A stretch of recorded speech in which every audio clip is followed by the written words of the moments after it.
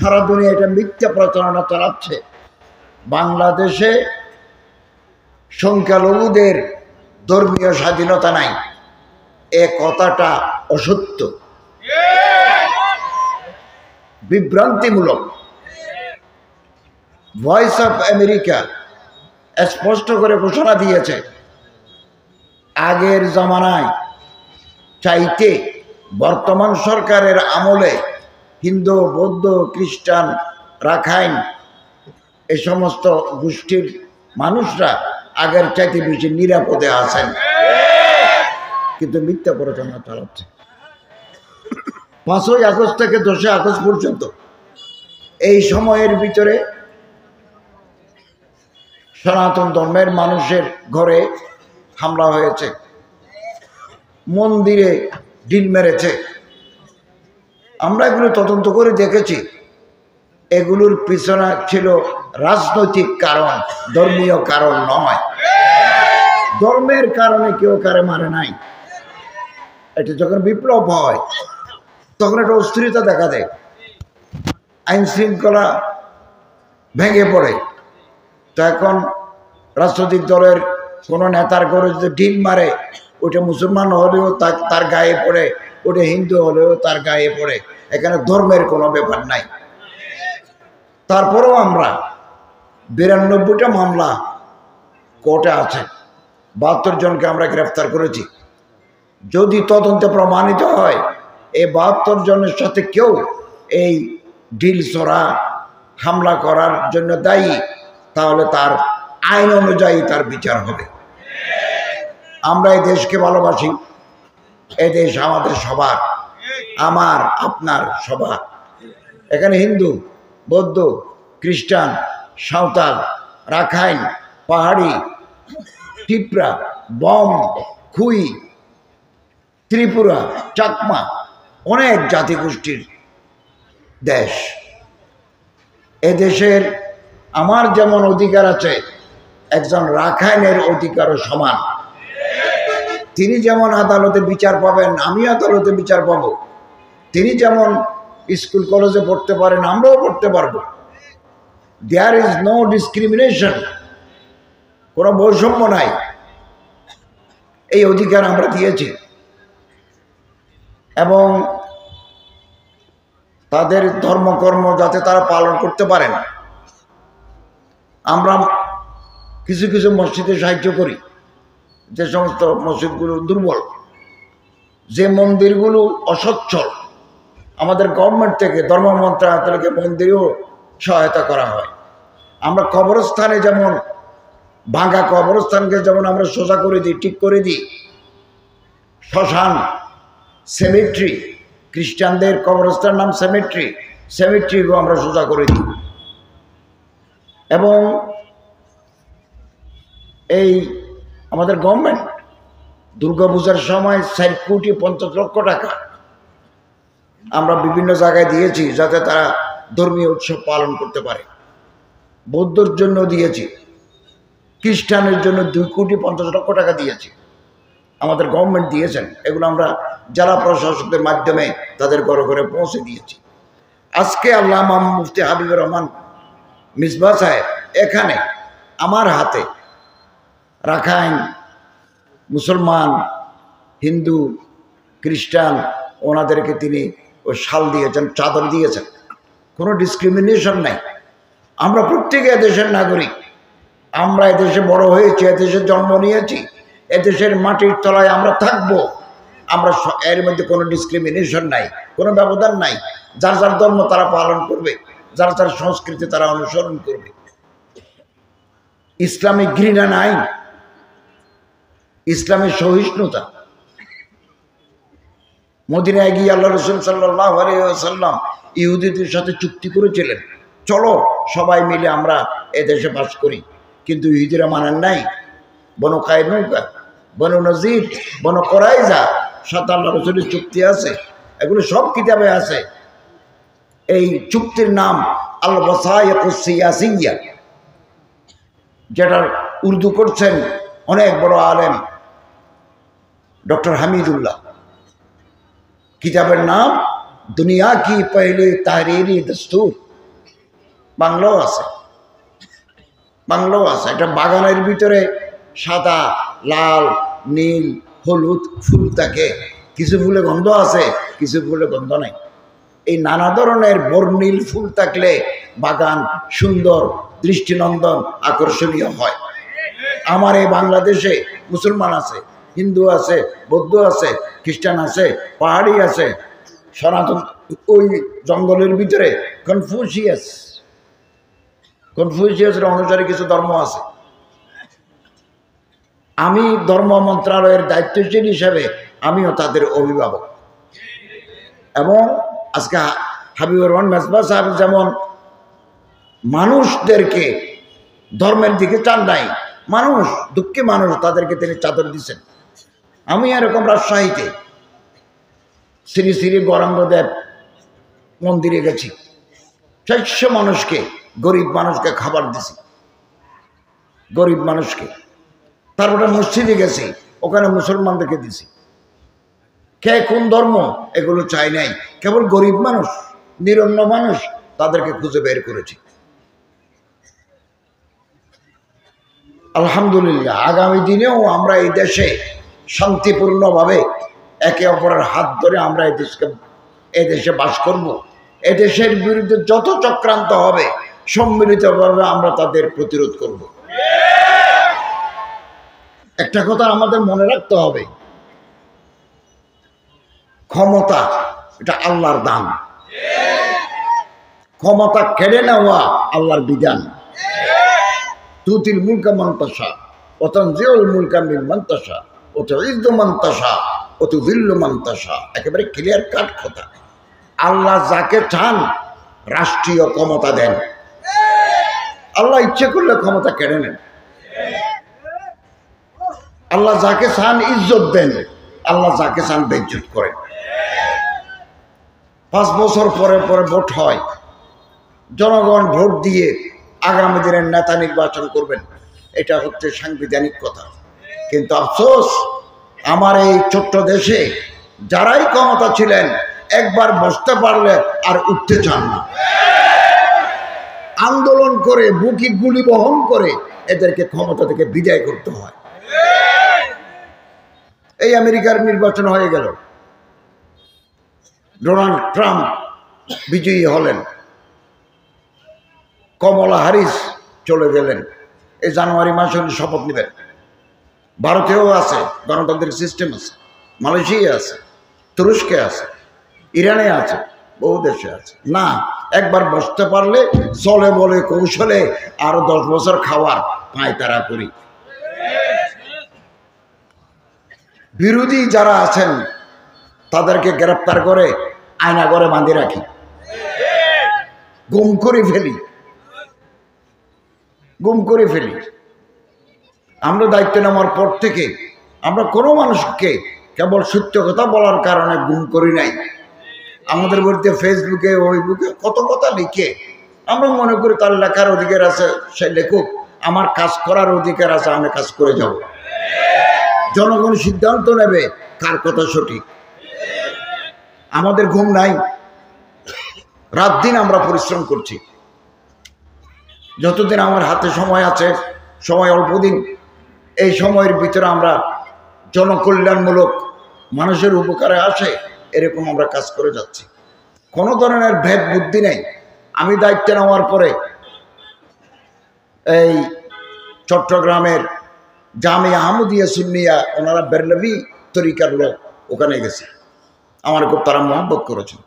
অথচ আমি চট্টগ্রামে মাদ্রাসায় পড়েছি, চট্টগ্রামে বিশ্ববিদ্যালয়ে পড়েছি, বহু বছর অনার্স করেছি, MA করেছি, PhD করেছি। আমি কোনোদিন ওখানে যাওয়ার সুযোগ হয় নাই।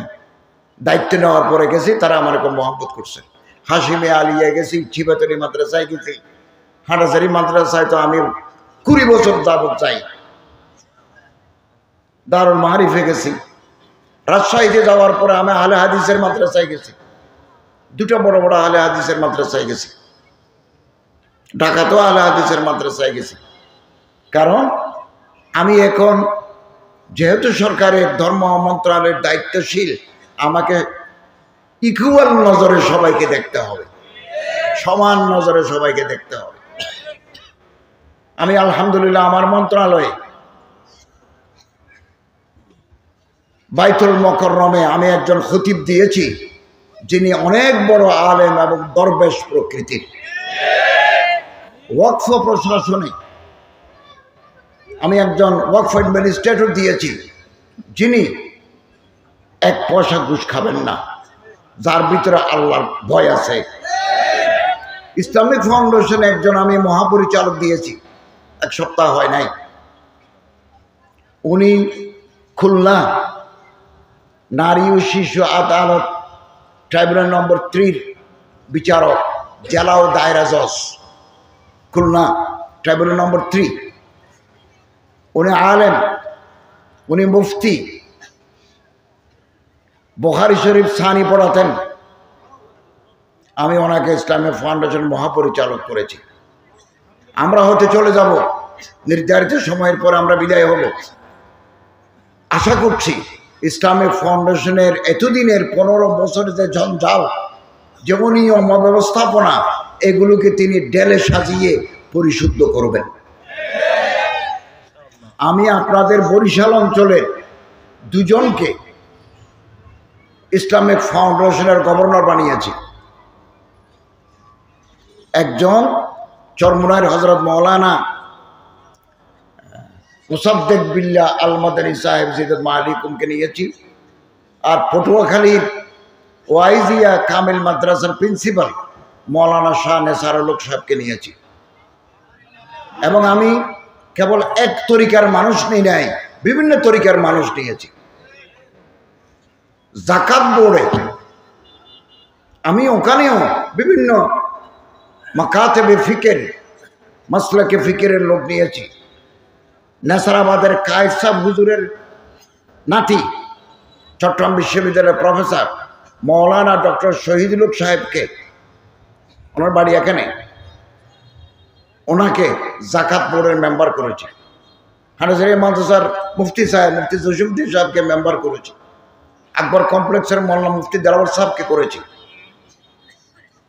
খতিব হযরত মাওলানা আওলাদ রসুল তাহির জাবিরি সাহেবকে করেছি।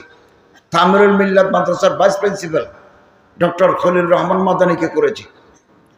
আরও নিয়েছে, কাদেরিয়া, জামিয়া, আলিয়া থেকেও নিয়েছি। সব দলের একথা যেন বলতে না পারে আমরা সব এক তরিকার মানুষ দিচ্ছি। হতে পারে আমার তরিকা আলাদা, হতে পারে আমি নির্দিষ্ট পীরের মুরিদ, কিন্তু আমি যখন রাষ্ট্র চালাই আমাকে সব দিক দেখতে হবে। সাদ্দাকা কমিটি এখনো করি না, করবো। ওখানেও বিভিন্ন মক্তবে ফিকিরের লোক নেব। এবং আপনারা জেনে খুশি হবেন, 110 কোটি টাকা খরচ করে আমরা ঢাকার বাইতুল মুকাররম মসজিদকে আরো বেশি দৃষ্টিনন্দন সুন্দর করে দেব। ফিজিবিলিটি স্টাডি হচ্ছে, এবং ভিতরের যে বাথরুমগুলো আছে এগুলোর অবস্থা ভালো নয়। আমরা ডিসি মহোদয়কে নির্দেশ দিয়েছি, আপনি খুব তাড়াতাড়ি ইমার্জেন্সি এই বাথরুমগুলো পরিষ্কার করেন। কোনো বাথরুমের ভিতরে সব আছে, বদানা নাই, বদানা আছে ওটা ট্যাপ নাই, ট্যাপ আছে হুক নাই। আমি ব্যক্তিগতভাবে প্রতিটি পায়খানার দরজায় গেছি এবং এগুলো অতি সত্ত্বর ঠিক হয়ে যাবে ইনশাল্লাহ। এবং চট্টগ্রামের শাহী জামে মসজিদ 3 তলা, 3 তলা মানুষ নামাজ পড়তে পারে না, এটা সরকারি মসজিদ। 2 তলা পর্যন্ত আমরা উঠতে দিই, 3 তলায় উঠতে দিই না। 2 তলাও থাকলে সময় বেগে পড়তে পারে। ওখানে আওরঙ্গজেবের আমলের একটা ছোট্ট মসজিদ আছে, শায়েস্তা খান এটা বানিয়েছিলেন, এবং মুঘল সম্রাট আওরঙ্গজেব এটা দলিল করে দিয়েছেন, ফার্সি এটাও আছে। এটা আমরা কুয়েত চ্যারিটি ফান্ড আমাদের 10 কোটি টাকা দিয়েছে। এই 10 কোটি টাকা দিয়ে জানুয়ারিতে না পারলেও ফেব্রুয়ারিতে আমি সেটা উদ্বোধন করে দেব। মদিনার মসজিদের গেটের মতো করে একবার রাস্তা থেকে ভিতর পর্যন্ত আমরা এই মসজিদকে সংস্কার করব। 10 কোটি হবে না, হয়তো 50 কোটি লাগবে। ইনশাআল্লাহ আজিজ, আল্লাহর ঘরের জন্য টাকার অভাব হবে না। এবারের হজ অনেক পরিশ্রম করে আমি 1 লাখ টাকা কমিয়েছি। বিমানকে বারবার অনুরোধ করে তাদের সাথে বেশ কয়েকবার বসে 27,000 টাকা বিমানের ভাড়া কমিয়েছি। সৌদি আরবে গিয়ে মক্কা মদিনায় রাস্তায় রাস্তায় দৌড়েছি, কম ঘরের ভাড়া কম, ফেসিলিটিস ভালো, এভাবে সম্পন্ন করেছি। এবং আমরা সিদ্ধান্ত নিয়েছি মন্ত্রী পরিষদে, ক্যাবিনেটে 2025 সালের 5ই জুন চাঁদ দেখা সাপেক্ষে যে হজ হবে, আগে এই হজের ভিতরে অনেক নেতা, অনেক অফিসার ধর্ম মন্ত্রণালয়ের টাকায় হজ করে আসতে। আমরা এবছর সিদ্ধান্ত নিয়েছি একজন মানুষকেও আমরা অতিথি হিসাবে, মেহমান হিসাবে হজ করাবো না। এটা আমাদের সিদ্ধান্ত। কেবল হজ ব্যবস্থাপনার সাথে যারা যুক্ত, হজ ম্যানেজমেন্টের সাথে তারা যাবেন, তাদের নির্দিষ্ট দেওয়া কাজ আছে। কেউ এয়ারপোর্টে থাকবেন, কেউ মিনাতে থাকবেন, একদল মিনাতে থাকবে, আর মুজদালিফায় থাকবে, একদল আরাফায় থাকবে। 1 কোটি টাকার ওষুধ নিয়ে যাই, সরকারের পয়সায়, হাজিদের পয়সায় নয়। 120 জন অ্যাসিস্ট্যান্ট নিয়ে যাই, ফার্মাসিস্ট, ব্রাদার সিস্টার নিয়ে যাই, হাসপাতাল করি আমরা। অবস্থা খারাপ হলে সৌদি আরবের বড় হসপিটালে ভর্তি করে দিই, আমাদের সাথে চুক্তি আছে। গত বছর 12 জনকে বাইপাস সার্জারি করতে হয়েছে, নিঃশ্বাস বন্ধ হয়ে যাচ্ছে। ওই চর্বি ঢুকতে ঢুকতে শরীরের করোনারি আটারি জমাট বাঁধি গেছে চর্বিতে। 12 জন, 4-5 জনকে ডায়ালাইসিস করতে হয়েছে। অতএব যারা বেশি অসুস্থ, আপনারা তো জানেন কার কি অসুখ, এরকম অসুখ নিয়ে মক্কা শরীফে হজ করতে যাবেন না, হজ্জে বদল করান।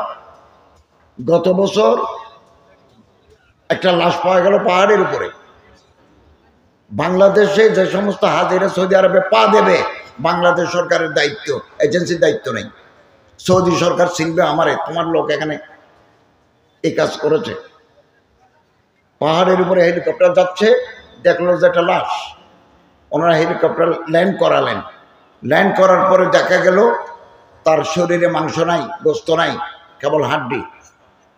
পাশে একটা ব্যাগ আছে, ব্যাগ খুলে দেখা গেল বাংলাদেশে পাসপোর্ট হাজি। তারপরে এটা ওনার ছেলের সাথে যোগাযোগ করা হলো, ওনারা আসলেন, পরীক্ষা নিরীক্ষা করে সৌদি আরবে দাফন হয়ে গেল। কেন মানুষটা পাহাড়ের উপরে গেল? নিশ্চয় মাথা ঠিক ছিল না। কেন তাকে আপনারা হজে পাঠালেন? আরেকটা মানুষকে পাওয়া যায় নাই, হাসপাতালেও নাই, কবরস্থানেও নাই। কোথায় গেল? আজ পর্যন্ত আমরা হদিস পাইনি। এই জন্য শারীরিক শক্তি থাকতে আমরা হজ করব এবং মারাত্মক রোগীদেরকে হুইল চেয়ারে করে যাদের চলতে হয়, তারা হজে গেলে বিপদে পড়বেন। হজ মানে কষ্ট। আপনাকে জামারাত থেকে হেঁটে এই কাবা শরীফে আসতে হবে। ট্রেন চলতেছে, ট্রেনে কজন 20 থেকে 30 লক্ষ মানুষ একসাথে আরাফাতের মাঠে, আপনি ট্রেন কিভাবে ধরবেন? পারলে ভালো।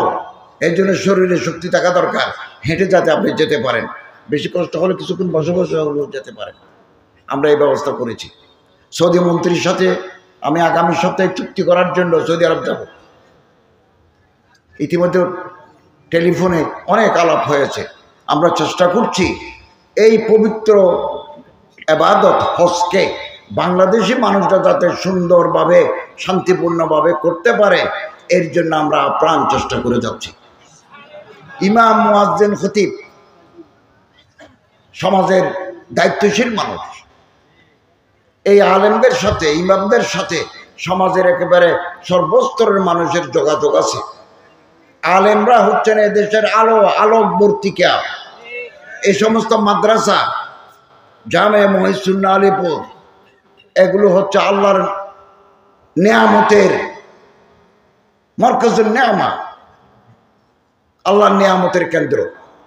এই মসজিদ, এই মাদ্রাসা না থাকলে আমাদের মাথায় টুপি থাকতো না। আজকে আজান দিলে মানুষ মসজিদে যায়, রমজান মাস আসলে মসজিদ ভর্তি হয়ে যায়। এতেকাব থাকে, তারাবি পড়ে, এগুলো সব আলেমদের অবদান। এবং রাজনৈতিক কারণে বিগত সময়ে বহু আলেমকে হাতকড়া দিয়ে, পায়ের বেড়ি দিয়ে বছর পর বছর জেলখানায় ফেলে রাখা হয়। যারা এই সমস্ত নিরপরাধ আলেমদেরকে, একজন মুহাদ্দিস, একজন মাদ্রাসার মুহতামিম, ওনার বিরুদ্ধে মামলা, উনি বাস ভাঙছেন, মানুষের ঘরে আগুন দিয়েছেন, অসম্ভব কথা। যারা এই মিথ্যা মামলা, এই সমস্ত মিথ্যা মামলা প্রত্যাহার করা হবে, এবং যারা এই মামলা দায়ের করেছেন তারা যদি পালিয়ে যায় অথবা দেশে থাকে, ইনশাআল্লাহ আজিজ তাদেরকে আইনের আওতায় আনা হবে। এই দেশ আমাদের সবার, সুযোগ পাই গাছের উপরেটাও খায়, তলাটাও কুড়ায়। ব্যাংক খালি, 50,000 টাকা চেক দিলে ম্যানেজার কাঁদে, হুজুর আরো কমাই দেন, 10 করে দেন। কি অবস্থা! পৃথিবীর অন্য কোনো দেশে নাই। জনরোষ, জনগণ যদি বিক্ষুব্ধ হয়ে যায়, যত বড় ক্ষমতাধর হোক না কেন, ক্ষমতায় থাকতে পারে না।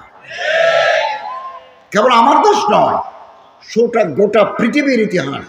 রোমানিয়ার প্রেসিডেন্টের নাম চাউশেস্কু এবং তার বউ মিলে রোমানিয়াকে একেবারে সুশি খেয়ে ফেলছে। জোঁক আছে না, জোঁক, একেবারে বড় বড় জোঁকের বেশি রক্ত খায়, এরকম চাউশেস্কু রক্ত খেয়ে ফেলছে। তারপরে একদিন গণবিপ্লব, ছাত্র জনতার বিপ্লব, জুলাই বিপ্লব ধরে নিয়ে আসছে। আমরা তো দায়িত্ব নেওয়ার পরে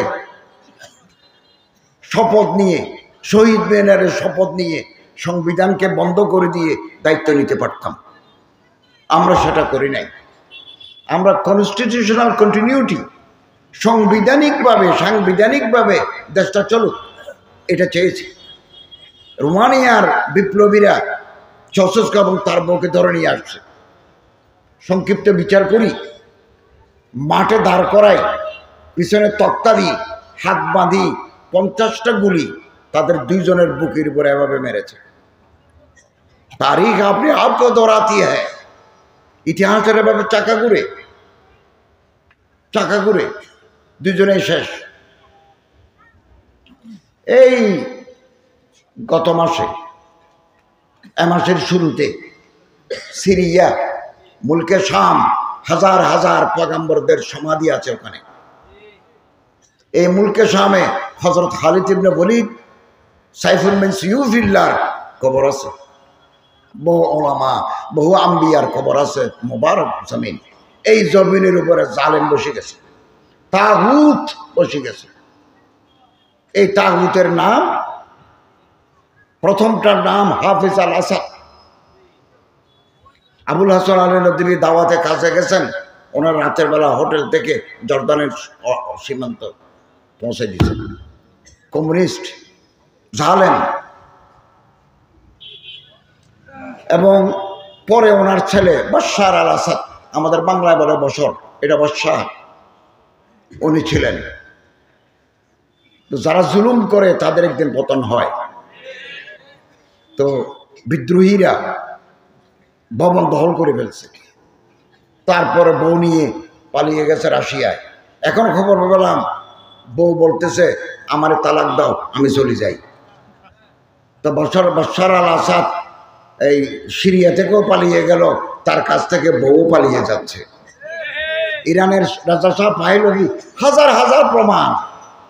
যারা অন্যায় করবে, দুর্নীতি করবে, দেশের সম্পদ লুট করবে, তারা দেশে থাকতে পারে না। একদিন শেষ হবে, অন্যায়ের অবসান ঘটবে। এটা আমরা কেন মাথায় রাখি না? ইরানের রাজা শাহ পাহলভি পালিয়ে গেল, ওনার কবর আছে মিশরে। কবরের উপরে এই পরিমাণ বালু, পাতা পরিষ্কার করার লোক নাই। কে পরিষ্কার করবে?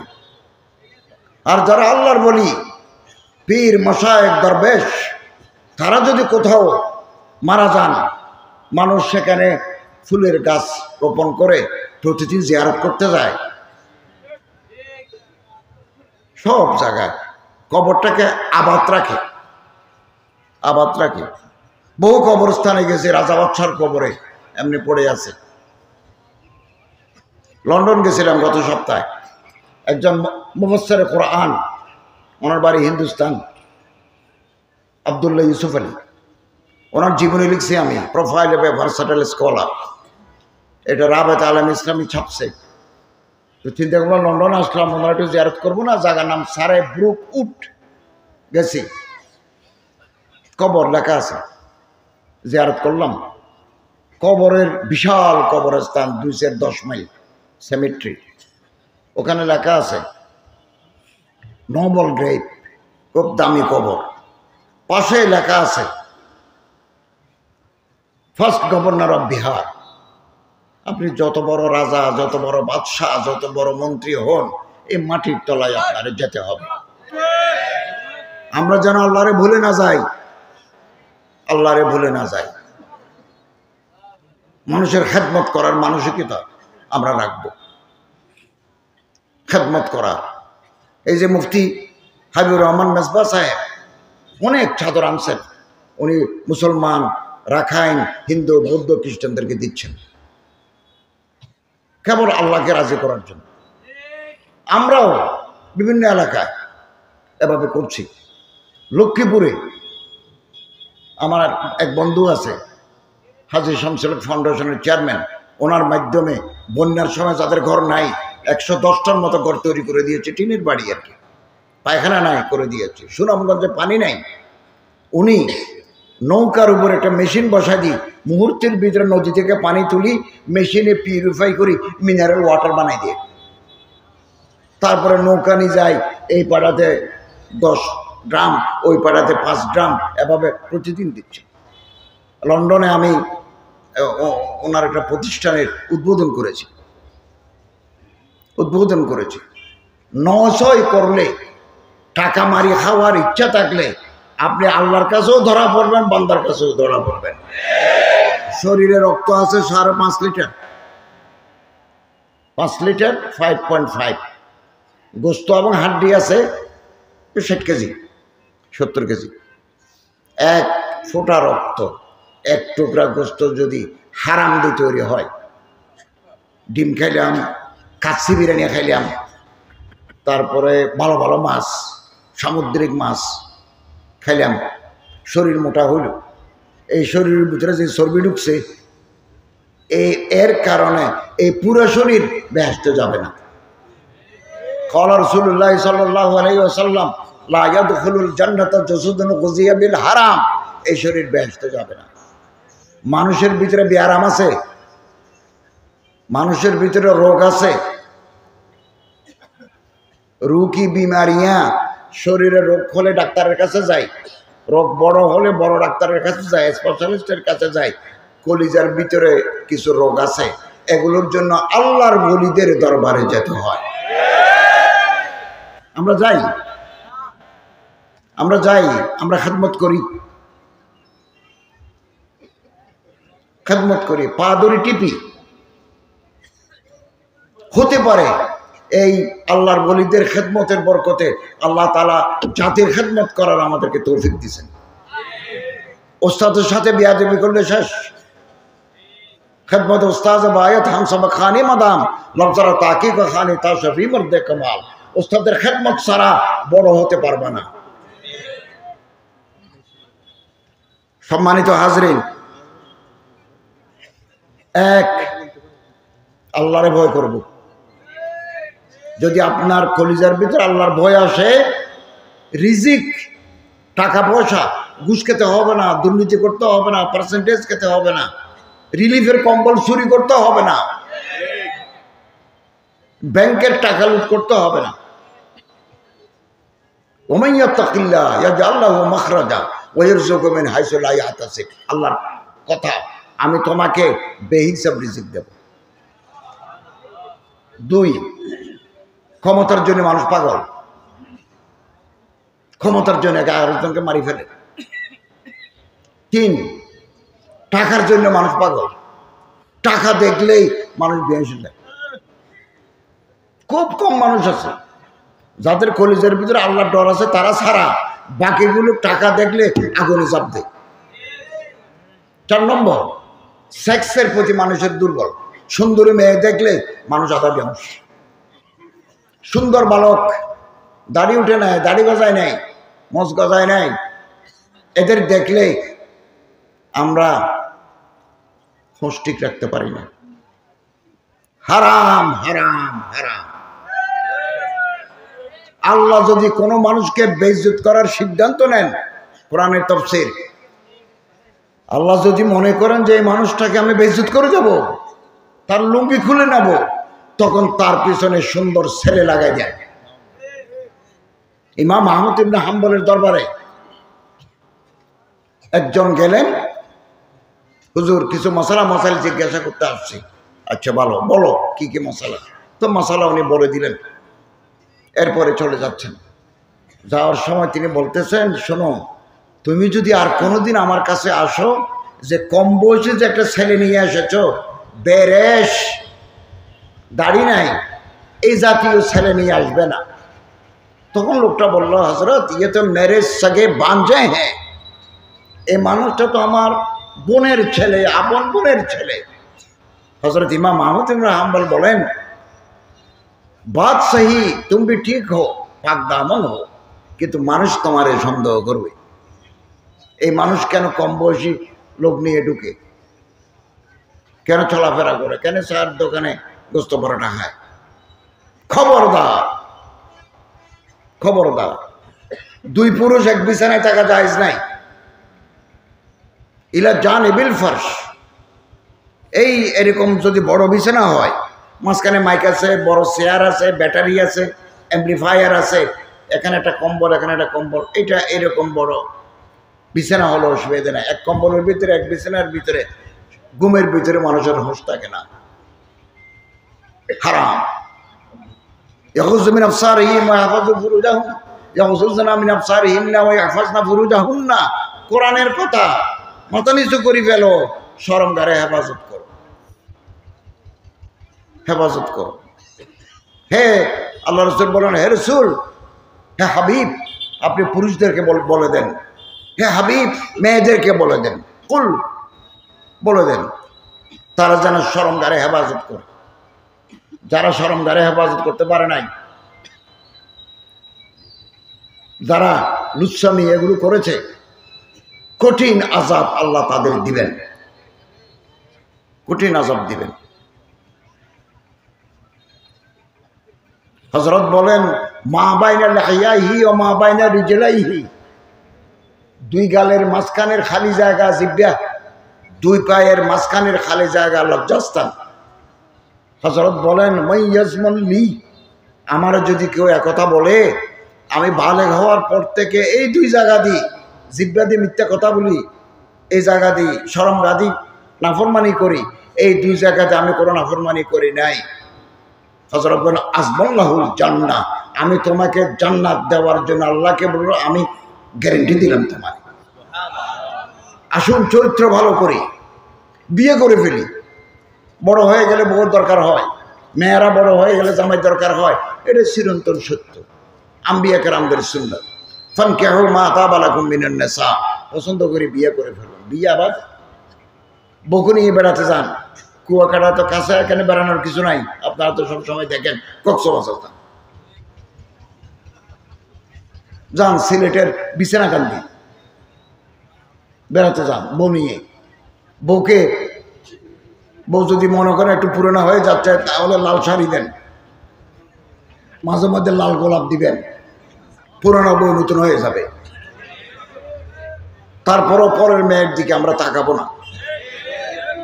হারাম হারাম। আল্লাহ তাআলা আমাদের তৌফিক এনায়েত করুন, আমিন। কোরআনের আহকাম, সুন্নতের রাসূলের বিধান মতে আমরা চলবো। আল্লাহর ওলি দরবেশরা যারা আছেন, তাদের হাতে হাত রেখে আমরা তওবা করে ফেলব, তওবা করে ফেলব। এটা দোয়া শিখাই, আমার মুখে মুখে বলুন, ইয়া হাইয়ু ইয়া কাইয়ুম লা ইলাহা ইল্লা আনতা বিরহমাতিকা আস্তাগীস। ইয়া হাইয়ু ইয়া কাইয়ুম লা ইলাহা ইল্লা আনতা বিরহমাতিকা আস্তাগীস। এটা 5 ওয়াক্ত নামাজের পরে 10 বার পড়বেন এক।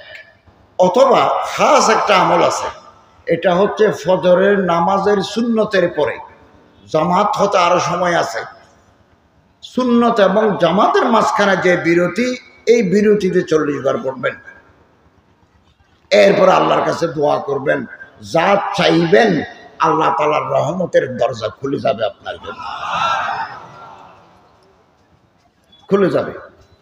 ভারতের দারুল উলুম দেওবন্দের শেখুল হাদিস মওলানা আমিন পালনপুরি হিন্দুস্তান থেকে আমার জন্য একটা দোয়া পাঠাইছেন। একজন আলেম দি আমারে বলছেন যে ওনারে সালাম বলবেন এবং আমার ওজিফাটা তিনি পড়বেন।